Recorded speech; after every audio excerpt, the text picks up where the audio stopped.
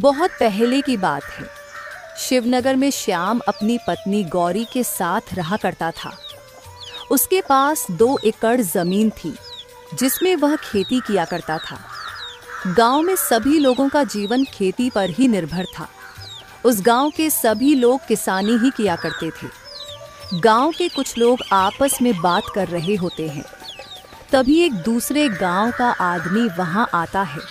उसे देखकर एक आदमी पूछता है, माफ करना भाई, लेकिन तुम कौन हो? इस गांव के तो नहीं लगते। हाँ भाई, मैं तुम्हारे बगल का ही गांव शांतिपुर, वही का रहने वाला हूं। दरअसल मैं इस गांव में बीज लेने आया हूं। तुम्हारे ही गांव में लालचंद नाम का एक व्यापारी है ना? पिछली बार मैं उसके पास से ही बीज लेकर गया था। मुझे इतनी अच्छी फसल आई जितनी अच्छी फसल पूरे गांव में किसी की नहीं थी। मुझे पहली बार इतनी बढ़िया और इतनी ज्यादा फसल आई है। और फसल के दाम भी बहुत अच्छे मिले, क्योंकि मेरी फसल बहुत ऊंचे दर्जे की थी। क्या कह रहे हो भाई? तुम सच कह रहे हो? हमें तो पता ही नहीं था। हमारे गांव में बीज बेचने वाला व्यापारी है और पड़ोस के गांव वाले उससे बीज भी लेते हैं, और हमें इस गांव में होकर भी इस बात का पता नहीं चला। अगर हमें पहले पता चल जाता तो हम भी उससे ही बीज खरीदने ना कि शहर जाकर बीज लाते, तो हमारे भी फसल बहुत अच्छी आती। अरे क्या बात कर रहे हो? इस गांव में रहकर तुम्हें नहीं पता? अरे तुम एक बार लेकर तो देखो, तब तुम्हें पता चलेगा। मैं भी आज तक बाजार वाले बीज ही खेत में डालता था, लेकिन पहली बार मैंने लालचंद जी से बीज खरीदे और सचमुच इस साल बहुत अच्छी फसल आई है। धन्यवाद भाई। इस बार हम लालचंद जी से ही बीज खरीदेंगे। वह आदमी वहां से चला जाता है। पूरे गांव में इस बात की चर्चा हो जाती है। सारे किसान लालचंद के यहाँ बीज खरीदने जाते हैं। इधर श्याम अपनी पत्नी गौरी से कहता है, गौरी, इस बार गांव के सारे लोग इस बार लालचंद जी से बीज खरीद रहे हैं। सारे लोग कह रहे थे कि लालचंद जी के पास जो बीज है वह बहुत अच्छे हैं, उससे बहुत बढ़िया फसल आती है। लेकिन हमें बीज खरीदने की क्या जरूरत है? पिछली बार के बीज तो हमारे पास पड़े हैं, हम वहीं इस बार इस्तेमाल कर लेंगे। वैसे भी हमारे पास तो इतने पैसे नहीं हैं कि हम नए बीज खरीद कर लें। और जरूरत भी क्या है, हमारे घर में बीज पड़े हैं, हम उससे ही बुवाई कर देंगे। हाँ गौरी, मैं जानता हूँ कि पिछले साल के बीज पड़े हुए हैं, लेकिन गौरी तुम ही सोचो, हमें हर बार फसल कितनी कम आती है। मैं सोच रहा था कि क्यों ना इस बार लालचंद जी के पास से बीज लेकर बुवाई कर दी जाए। शायद इस बार हमारी फसल बहुत अच्छी आए और अच्छा मुनाफा हो जाए। आपकी बात सही है, लेकिन हमारे पास थोड़े ही पैसे बचे हैं जो बुरे समय के लिए रखे हैं। अगर वह भी हम बीज खरीदने में लगा देंगे तो हमारे पास क्या बचेगा? हम लालच के मारे उन पैसों से बीज खरीद लेंगे, और क्या पता अगर फसल अच्छी ना निकले तो? इससे अच्छा हम अपने बीज ही खेत में डालेंगे। गांव वाले उससे खरीद रहे हैं तो खरीदने दीजिए, उनके पास पैसे होंगे, लेकिन हमारे पास इतने पैसे नहीं हैं। और वैसे भी मैंने गांव की औरतों से सुना था कि लालचंद वह बीज बहुत महंगे बेच रहा है। हमारी हैसियत नहीं है कि हम इतने महंगे बीज लालचंद से खरीदे। हाँ गौरी, ये बात तो सच है कि बीज काफी महंगे हैं। ये मैंने भी सुना है, और होंगे भी क्यों ना उन बीजों से फसल जो इतनी अच्छी आती है। शायद इसीलिए लालचंद ने बीजों के दाम बढ़ा दिए। वह कुछ भी हो, हमें इस बात से कोई लेना देना नहीं है। हम लालचंद से कोई बीज नहीं खरीदेंगे। जो नसीब में होगा वह होगा। हमें जितनी भी फसल आती है, ऊपर वाले की कृपा से हमारा घर तो चल जाता है ना। ज्यादा लालच करने की कोई जरूरत नहीं है। अगर ऊपर वाले ने चाहा तो हमें ऐसे ही बहुत अच्छी फसल आ जाएगी। ठीक है गौरी, तुम कहती हो तो रहने देते हैं। हम हमारे पास जो बीज है वही बोएंगे। सारे गांव वाले लालचंद से बीज लेकर बुवाई कर देते हैं। लालचंद उस दूसरे गांव के आदमी से कहता है, बहुत अच्छे, तुमने मेरा बहुत बड़ा काम किया है। सारे गांव वालों ने मुझसे ही बीज खरीदे हैं। तुमने उन्हें अपनी बातों के जाल में बहुत अच्छी तरह फंसाया है। तुम्हें इस बात का इनाम जरूर मिलेगा। लेकिन सेठ जी, गांव वालों को तो फसल होने से रही, फिर क्या होगा? वो तो आपको दोष देंगे। इन लोगों की इतनी हिम्मत नहीं जो मुझ पर उंगली उठा सके। अगर उठाई भी तो मैं संभाल लूंगा। वैसे भी मुझे बीज के अच्छे दाम तो मिल ही चुके हैं। मैं उन्हें कुछ ना कुछ कहकर यहां से भगा दूंगा। वह मेरा कुछ नहीं बिगाड़ सकते। तुम उसकी फिक्र मत करो। और इधर श्याम अपने खेत में पुराने बीज डालता है। देखते ही देखते महीना बीत जाते हैं। इस साल गांव वालों को बिल्कुल ना के बराबर फसल आती है। गांव वाले बहुत परेशान हो जाते हैं। अरे, यह कैसे हो गया? इतनी घटिया फसल तो हमें आज तक कभी नहीं हुई। जरूर कुछ गड़बड़ है। मुझे लगता है हमने जो लालचंद से बीज लिए थे उसमें ही कुछ गड़बड़ रही होगी, वरना पूरे गांव वालों की फसल इतनी घटिया कैसे हो सकती है? हाँ हरिया, तुमने बिल्कुल सही कहा। हम में से किसी की भी फसल अच्छी नहीं आई है। इस साल तो हम बर्बाद हो गए। हमने बीजों के लिए कितना खर्च किया। अरे मेरे पास तो पैसे भी नहीं थे। मैंने तो कर्जा लेकर बीज खरीदे थे। सोचा इस साल बहुत अच्छी फसल आएगी, लेकिन ऐसा कुछ भी नहीं हुआ। मेरे सारे पैसे बर्बाद हो गए। यह सब उस लालचंद की वजह से हुआ है। उसने हमें धोखा दिया है। चलो भाइयों, उसके पास अभी उसे देखते हैं। सारे लोग मिलकर लालचंद के घर जाते हैं। लालचंद लोगों को देखकर डर जाता है और बोलता है, अरे तुम सब लोग यहाँ, क्या बात है? क्यों लालचंद, तुझे नहीं पता? धोखेबाज कहीं का। तुम्हारी वजह से हम में से किसी की भी फसल अच्छी नहीं आई है। हमारी सारी लागत बर्बाद हो गई। इसके जिम्मेदार तुम हो, क्योंकि हम सभी ने तुमसे बीज खरीदे थे। हमें हमारे बीज के पैसे अभी के अभी वापस चाहिए। तुम लोग बेवकूफ हो गए हो क्या? तुम लोगों की फसल नहीं आई, इसमें मैं क्या कर सकता हूँ? और हाँ, खबरदार अगर मेरे बीज के बारे में कुछ भी कहा। मेरे बीज बहुत अच्छे थे। पड़ोसी गांव वालों को तो इससे बहुत फायदा हो रहा है।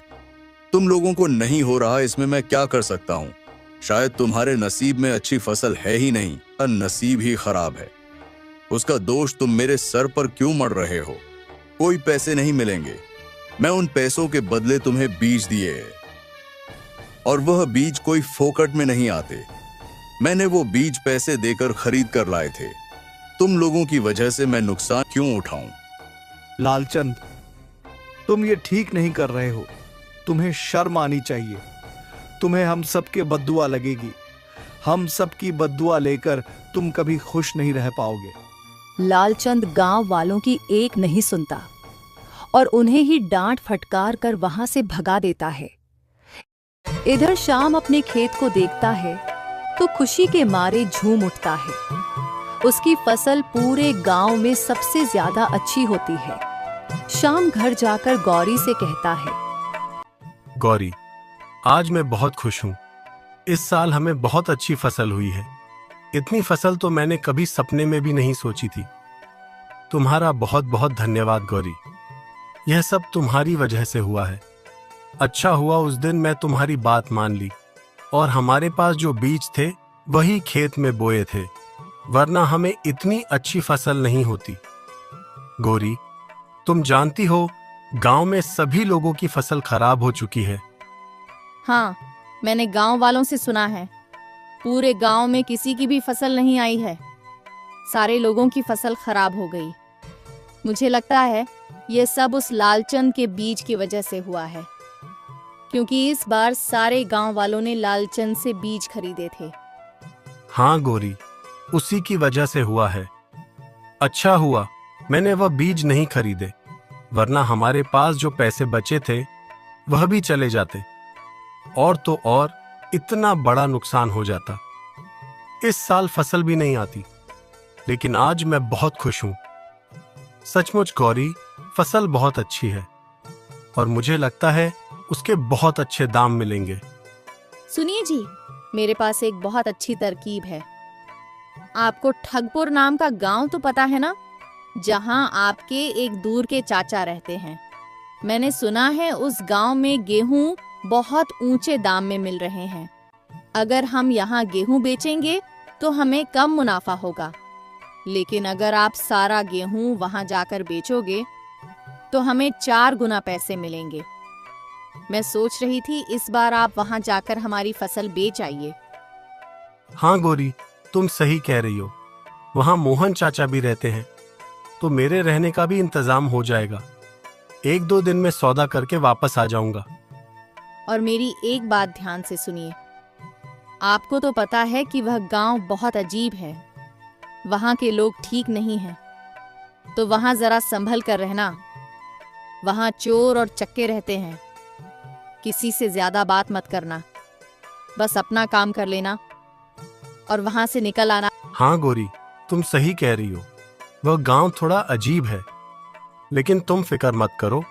मोहन चाचा है ना, वह सब संभाल लेंगे। उनके वहां पर बहुत जान पहचान है।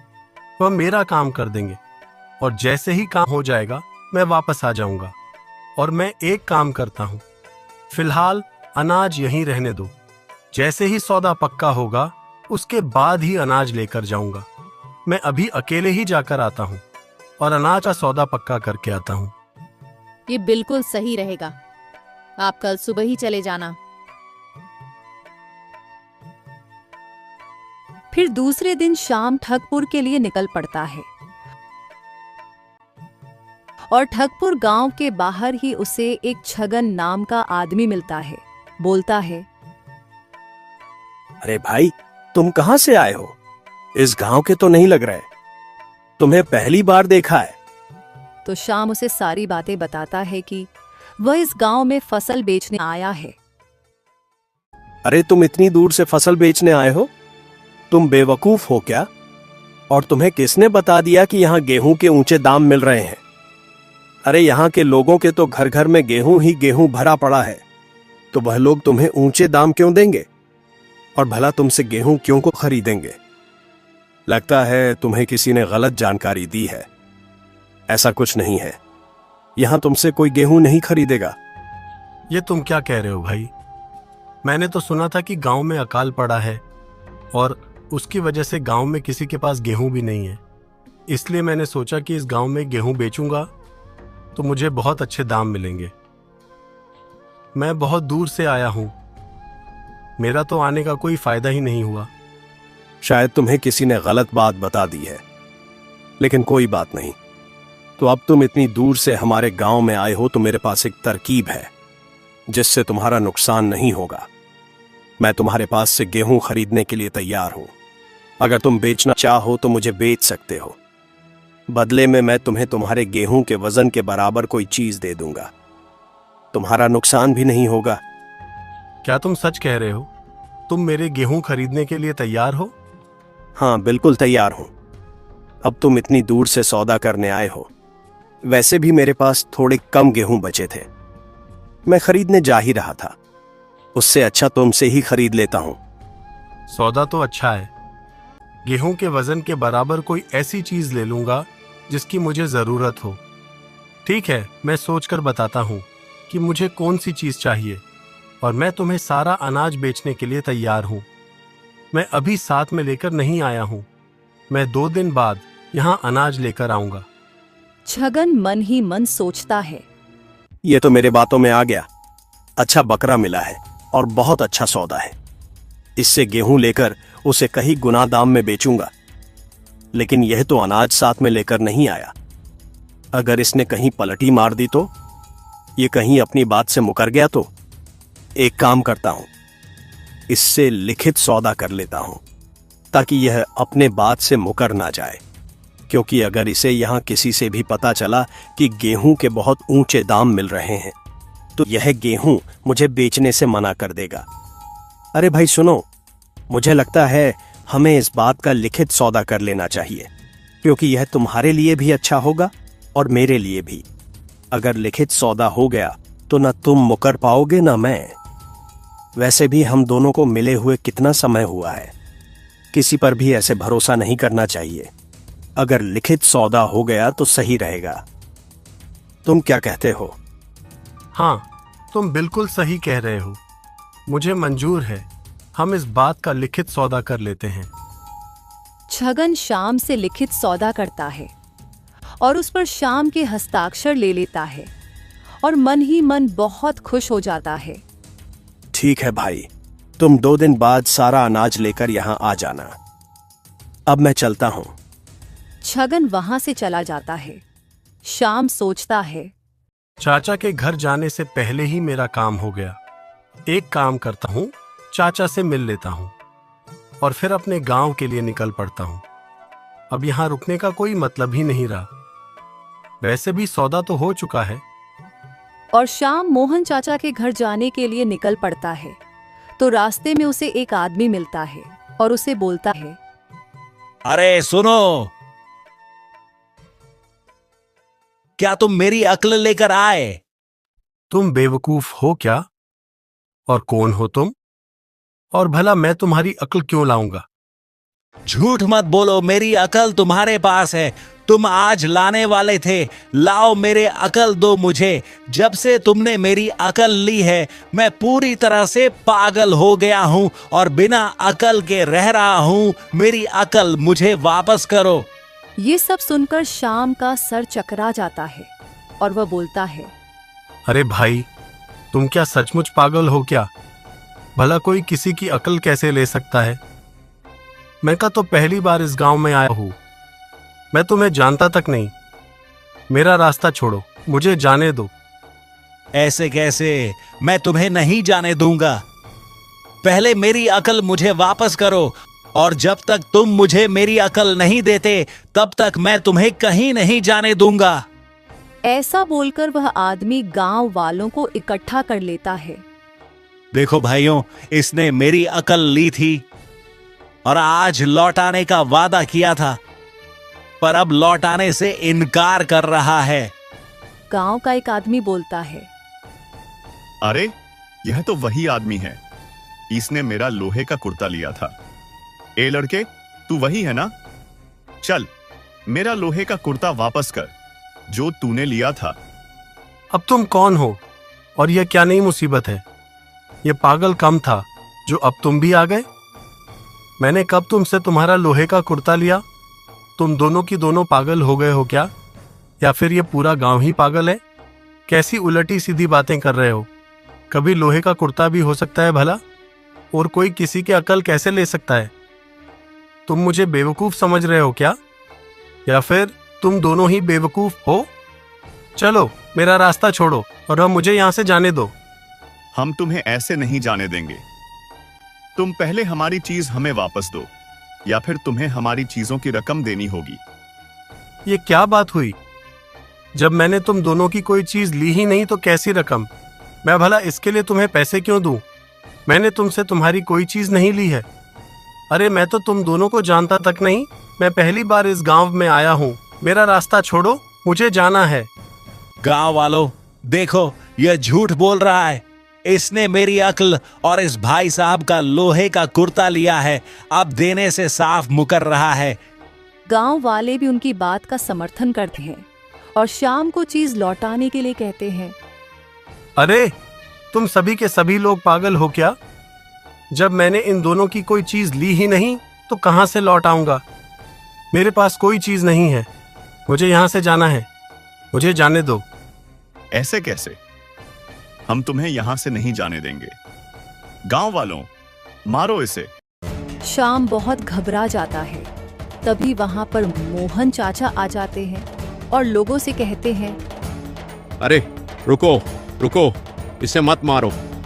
यह मेरा भतीजा है। आखिर इसने किया क्या है जो तुम सभी लोग इसे मारने के लिए दौड़ रहे हो? चाचा जी, इसने मेरी अकल चुराई है। अब यह देने से मना कर रहा है और तो और इसने जग्गू का लोहे का कुर्ता भी चुराया है, वह भी देने से मना कर रहा है। हमें हमारी चीज वापस चाहिए वरना हम इसे नहीं छोड़ेंगे। आप इसे कहिए या तो हमारी चीज हमें वापस कर दे या फिर उन चीजों के दाम हमें अभी दे दे, फिर हम चले जाएंगे। मोहन चाचा सारी बातें समझ जाता है और फिर उन लोगों से कहता है, अच्छा भाई, मैं समझ गया। तुम लोगों को तुम्हारी चीज वापस मिल जाएगी, लेकिन तुम्हें थोड़ा इंतजार करना पड़ेगा। अभी के लिए इसे छोड़ दो। तुम लोग मुझे तो जानते ही हो ना, मेरे भरोसे पर इसे छोड़ दो। मैं वादा करता हूं तुम लोगों को न्याय जरूर मिलेगा। तुम्हें तुम्हारी चीज वापस जरूर मिलेगी। मेरे कहने पर एक बार इसे छोड़ दो। इसे कुछ समय तो दो ताकि तुम्हारी चीज वापस कर सके। ठीक है चाचा, हम तुम्हारी वजह से इसे छोड़ रहे हैं और इसे 2 दिन का समय देते हैं। अगर 2 दिन में हमें हमारी चीज वापस नहीं मिली तो फिर इसका फैसला पंचायत में होगा। चलो भाइयों। ऐसा कहकर वह लोग वहां से चले जाते हैं और मोहन चाचा शाम को अपने घर लेकर आता है।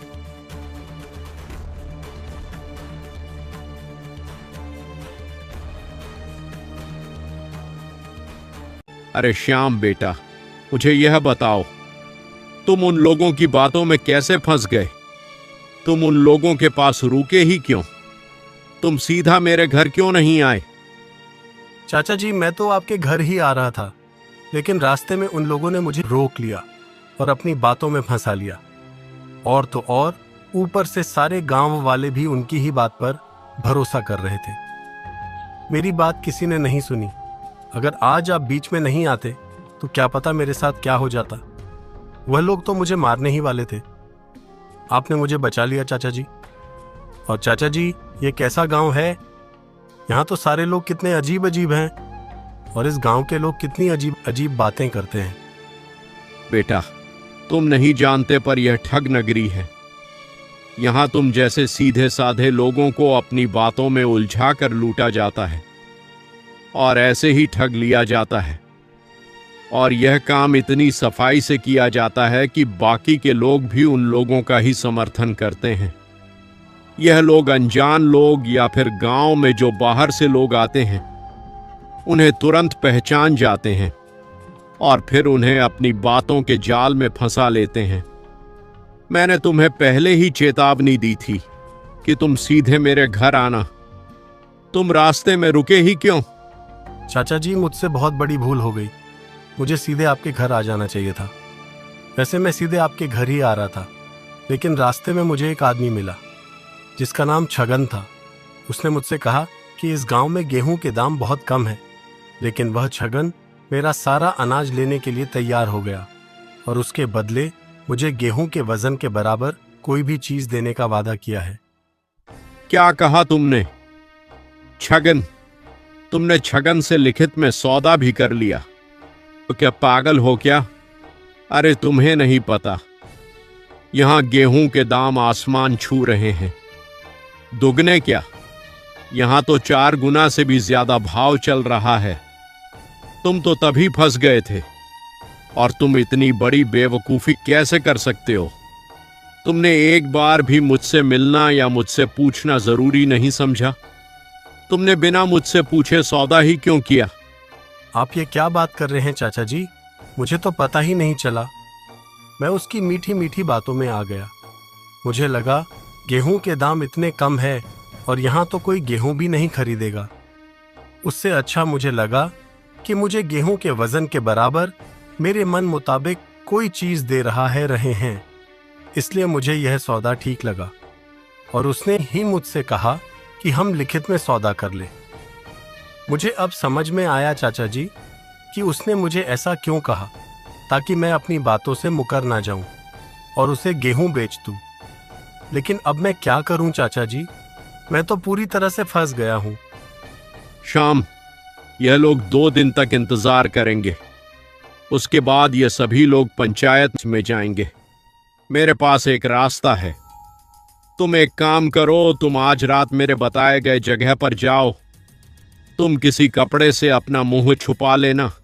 कहाँ जाना है चाचा जी? हमारे गांव के सभी ठग लोगों का एक मालिक है। वह एक बहुत बड़ा छटा हुआ बदमाश है। ये सभी लोग उसके कहने पर काम करते हैं। ये सभी लोगों को यह सिखाता है कि राहगीरों को और अनजान लोगों को बातों में कैसे फंसाया जाए और उनसे कैसे अच्छी खासी रकम वसूल की जाए। और तो और इन लोगों से कोई भूल चूक हो जाती है तो वह खामी निकालकर उन्हें बताता है कि उन्हें कब क्या करना चाहिए और क्या बोलना चाहिए। यह सारे लोग उसके इशारे पर बोलते हैं और काम करते हैं, और यह रोज रात को उसके पास जाते हैं। तुम अपना मुंह छुपाकर उन लोगों के साथ वहां जाओगे। मुझे लगता है इससे तुम्हारी कुछ मदद हो जाएगी। तुम वहां जाकर ध्यान से सुनना कि यह लोग उसे क्या कहते हैं और उनका वह मालिक क्या जवाब देता है। शायद तुम्हें तुम्हारी मुसीबत का कोई हल मिल जाए। चाचा जी, मुझे डर लग रहा है, कहीं उन लोगों ने मुझे पहचान लिया तो। इसीलिए तो कह रहा हूं, तुम मुंह पर एक गमछा बांध कर जाना। तुम्हें कोई नहीं पहचान पाएगा। वैसे भी वहां कोई साधारण आदमी नहीं जाता। जो भी जाता है वह उनके ही आदमी होते हैं, तो कोई तुम पर शक नहीं करेगा। और वहां जाकर कुछ भी मत बोलना, बस चुपचाप उनकी बातें सुनना। ठीक है चाचा जी, मैं आज रात ही वहां जाऊंगा। और फिर थोड़ी देर बाद रात हो जाती है और श्याम मुंह पर गमछा बांधकर उस जगह पर जाता है जहां इस सारे लोगों का मालिक बैठा होता है और उनसे बात कर रहा होता है। श्याम बाहर से ही उनकी बातें सुनता है। तभी श्याम देखता कि वहां पर छगन और बाकी के 2 लोग भी मौजूद होते हैं। छगन उसके मालिक से कहता है, मालिक, मैंने आज बहुत अच्छा काम किया है। आप सुनेंगे तो बहुत खुश हो जाएंगे। मैंने आज बहुत बड़ा हाथ मारा है। आज हमारे गांव में एक बेवकूफ आया था जो गेहूं का सौदा करना चाहता था। मैंने उसे रास्ते में ही पकड़ लिया। मैंने उसे कहा कि हमारे गांव में गेहूं का दाम बहुत कम चल रहा है, और मैंने उसे लालच देकर उससे सारा गेहूं खरीद लिया। क्या बात कर रहे हो?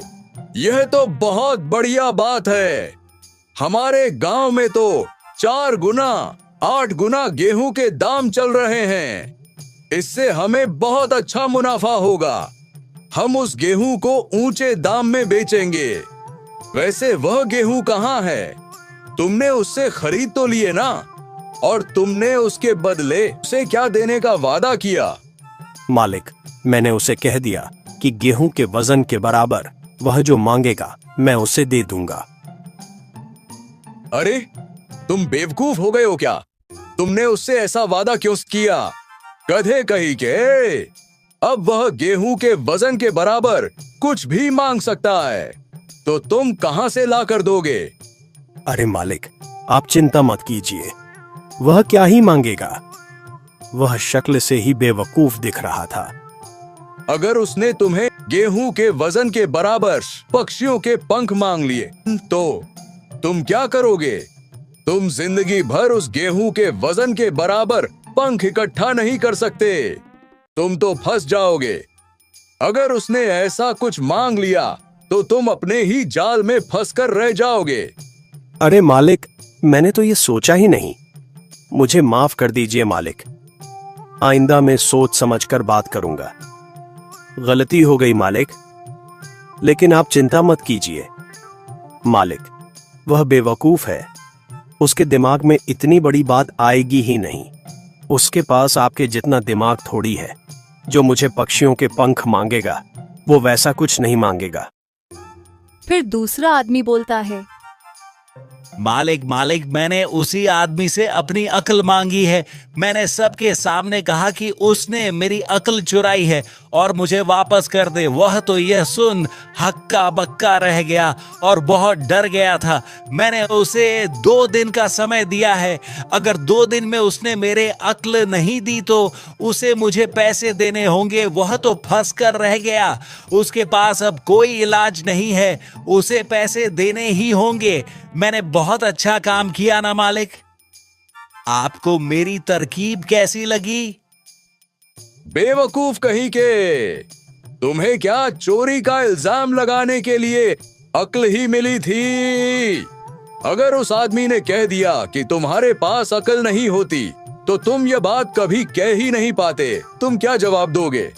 क्योंकि बिना अक्ल के आदमी ऐसी बातें कर ही नहीं सकता कि उसके पास अक्ल नहीं। अरे हाँ मालिक, मैंने तो ये सोचा ही नहीं। मैंने तो सोचा अकल की चोरी का इल्जाम लगाकर मैं उससे पैसे ऐंठ लूंगा, लेकिन मालिक मुझे नहीं लगता कि उसके दिमाग में यह बात आएगी। वह तो पूरी तरह से डरा हुआ था।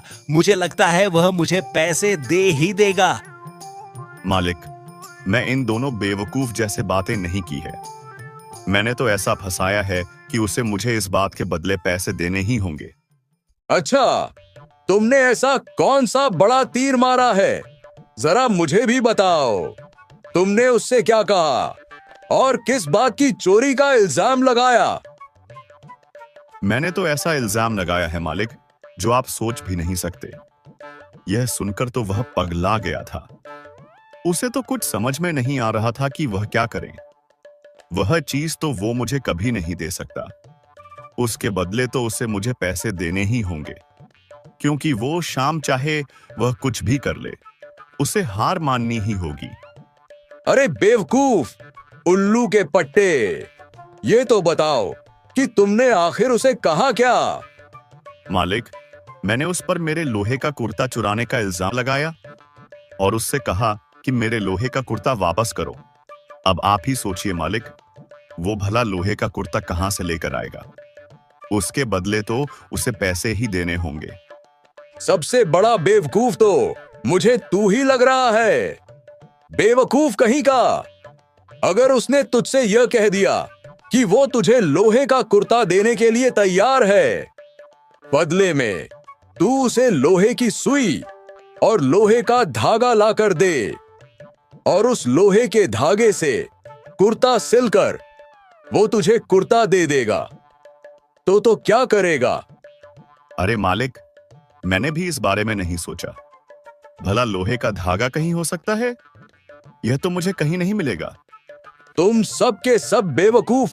तुम्हें मैं रोज कितना कुछ सिखाता हूं, फिर भी तुम अपने हरकतों से बाज नहीं आते। कोई ना कोई चुक कर ही देते हो। तुम सारे मिलकर मेरा नाम मिट्टी में मिला रहे हो। मालिक, आप चिंता मत कीजिए। उसके दिमाग में यह सारी बातें आ ही नहीं सकती।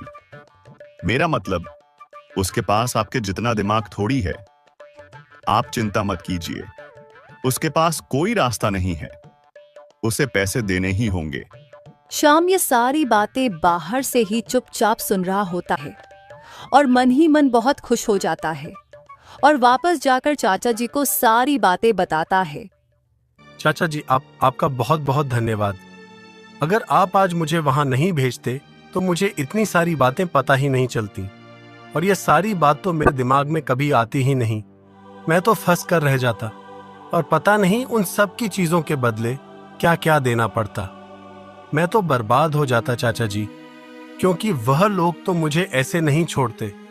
लेकिन अब मुझे उन सारी चीजों का समाधान मिल चुका है। अब मैं देखता हूं वह लोग मुझे कैसे ठग पाते हैं। उनको उन्हीं के जाल में ना फंसाया तो मेरा भी नाम श्याम नहीं। फिर अगले ही दिन इस बात पर पंचायत बिठाई जाती है। तीनों लोग सरपंच से श्याम के बारे में बात करते हैं। सरपंच श्याम से कहता है, क्यों भाई श्याम, तुमने लिखित में सौदा कर कर भी छगन को अभी तक अनाज क्यों नहीं दिया? सरपंच जी, लिखित में जो सौदा हुआ था उसके मुताबिक मेरे अनाज का जितना वजन है उसके बराबर में जो कुछ भी चीज मैं मांगू वह छगन को देनी होगी। छगन मुझे मेरे गेहूं के वजन के बराबर वह चीज मुझे लाकर दे दे, तो फिर मैं उसे सारा अनाज देने के लिए तैयार हूं। मैं चाहता हूं कि मुझे मेरे गेहूं के वजन के बराबर पक्षियों के पंख मिले, फिर मैं अनाज बेचने के लिए तैयार हूं। यह बात सुनकर छगन को धक्का लगता है।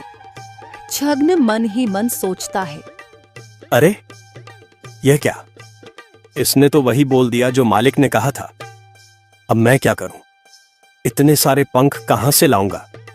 सरपंच छगन से कहता है, बोलो छगन, श्याम तो सौदा करने के लिए तैयार है, फिर तुम झूठ क्यों बोल रहे थे? वह जो मांग रहा है उसे दे दो। मुझे माफ कर दीजिए सरपंच जी, मैं इसे इतने सारे पंख नहीं दे सकता।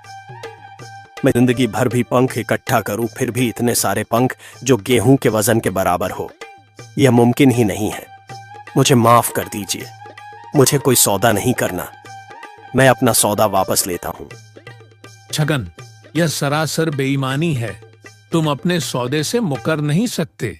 अगर तुम पंख नहीं दे सकते तो तुम्हारी सजा यह है कि तुम शाम को उसके गेहूं के 8 गुना दाम दोगे, क्योंकि तुमने धोखाधड़ी की है, उसे लूटने की कोशिश की है, और अब तुम अपने ही जाल में खुद फंस चुके हो। पंचायत का यही फैसला है कि तुम्हें शाम को 8 गुना रकम देनी होगी। फिर दूसरा आदमी बोल पड़ता है, सरपंच जी, इसने मेरी अकल चुराई है और इसमें मुझे वापस करने का वादा किया था, अभी तक नहीं की है। आप इसे कहिए कि मेरी अकल मुझे वापस कर दे। तभी श्याम बोलता है, सरपंच जी, आप ही सोचिए, अगर मैंने इसकी अकल चुराई होती और इसके पास अकल ना होती तो क्या यह यहाँ पर बोल पाता? इसके दिमाग में तो यह बात ही नहीं आती कि इसके पास अकल नहीं है। अगर इसके दिमाग में ये बात आई है, इसका मतलब इसके पास पहले से ही अक्ल है, क्योंकि बिना अक्ल वाला आदमी अकल की बातें नहीं कर सकता। ये बात सुनकर वह आदमी हक्का बक्का रह जाता है और सरपंच जी कहते हैं, तुम बिल्कुल सही कह रहे हो। ए लड़के, अगर तुम्हारे पास अक्ल नहीं होती तो तुम्हारे दिमाग में यह बात आती ही नहीं। इसका मतलब तुम्हारी अक्ल तुम्हारे पास है, उसे चुराने का कोई सवाल ही पैदा नहीं होता। तुम्हें भी इस बात की सजा जरूर मिलेगी। फिर तीसरा आदमी बोलता है, सरपंच जी, इस आदमी ने मेरे लोहे का कुर्ता चुराया है, जो अभी तक वापस नहीं किया। आप इसे कहिए कि मेरे लोहे का कुर्ता मुझे वापस करें या फिर मुझे उसकी कीमत दे। अरे भाई, मैं कहाँ मना कर रहा हूँ। मैं तुम्हारे लोहे का कुर्ता वापस करने के लिए तैयार हूँ। बदले में तुम मुझे लोहे की सुई और लोहे का धागा लाकर दो, क्योंकि लोहे का कुर्ता लोहे की सुई और लोहे के धागे से ही बन सकता है। तुम मुझे लाकर दे दो तो मैं उस लोहे के धागे सिलकर तुम्हें कुर्ता दे दूंगा। ये बातें सुनकर वह आदमी भी चकरा जाता है। मन ही मन सोचता है, हमने तो इसे बेवकूफ समझा था, इसने तो हम तीनों को ही ठग लिया। मालिक ने इन तीनों बातों का जो हल बताया था, इसने तो सारी बातें बता दी। इसने तो हमें ही बेवकूफ बना दिया। क्या सोच रहे हो? श्याम जो कह रहा है उसे ला कर दो, तो तुम्हें तुम्हारे लोहे का कुर्ता भी मिल जाएगा। माफ करना सरपंच जी, मैं लोहे का धागा नहीं ला सकता। भला लोहे का धागा भी मिल सकता है भला? ये कुछ भी बोले जा रहा है। अगर लोहे का धागा नहीं मिल सकता तो लोहे का कुर्ता बना कैसे? तुम्हारे पास लोहे का कुर्ता आया कहां से? वो आदमी सर झुकाए चुपचाप खड़ा होता है। सरपंच बोलता है, तुम्हें भी इस बात की सजा जरूर मिलेगी। तुमने एक भोले भाले आदमी को फंसाया है, उसे जानबूझकर इतना सताया है। तुम तीनों को इस गांव से बाहर निकाला जाता है। अगर आइंदा इस गांव में दिखे तो याद रखना, तुम तीनों की खैर नहीं।